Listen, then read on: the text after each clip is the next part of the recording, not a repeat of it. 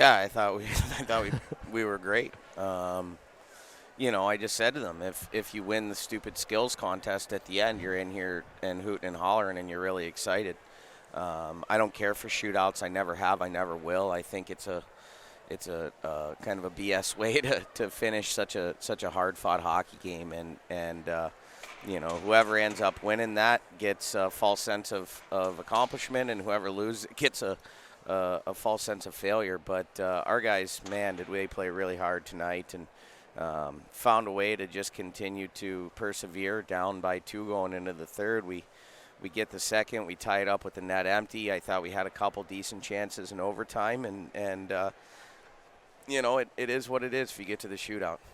A hard-fought game for your group up and down the roster, but Cameron Whitehead, I know you probably just hate talking about these goalies because they just keep putting these efforts on display, but Whitehead, the toe save at the end of regulation, I'm sure you guys were having flashbacks, unfortunately, to the November 27th game where Omaha scored late. Yeah, we're going to have a real talk about how that happened again. If there's anything I'm disappointed with, it's the fact that we put ourselves in that position again. Whitey had a bad start to the game. There's no question about it. I think that he should have stopped all 3 of them that went in the net. But by the end of the game, he had more than made up for those, and that's what this is about. It's guys in bad situations, dealing with adversity, learning how to battle through it, learning how to persevere when you're not playing your best hockey, figuring out a way to get back on track. And man, did Whitey really got himself on track. The second half of the game was outstanding.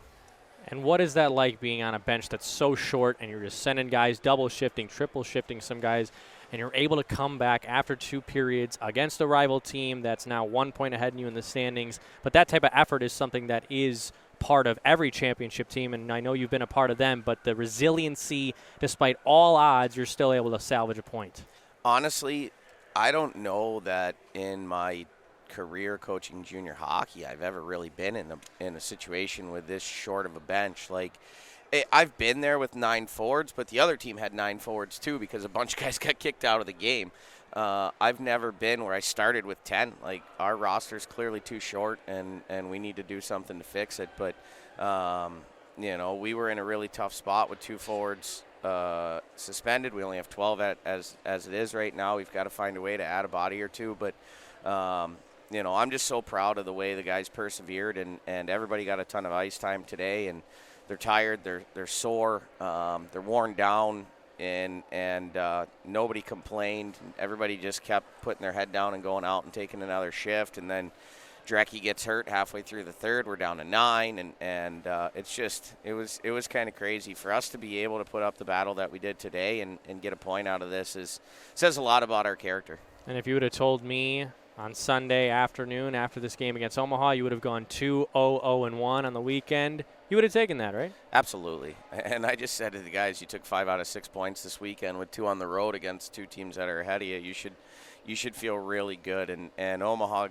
squeaks one out tonight, but we took 3 out of 4 points from them, and they know that they have their hands full with us. Sioux City obviously knows that. We play those same 2 teams next weekend. Hopefully we're in a little bit of a better spot. Maybe we're not. Like, Laba's suspended another game, and Grimes, we'll see how long he's out. He's to be determined at this point, which there's no point in discussing those. I'll save my breath, but we'll spend our positive energy on the things that we can control, and we'll take a couple days off to rest, and then practice probably Wednesday, Thursday, and right back on the horse on Friday. Yeah, I was just going to ask you one last question, Rocky, and thanks so much for joining me. What's that process now after a 3-3? How do you refresh and reset the batteries, both as a staff and the roster?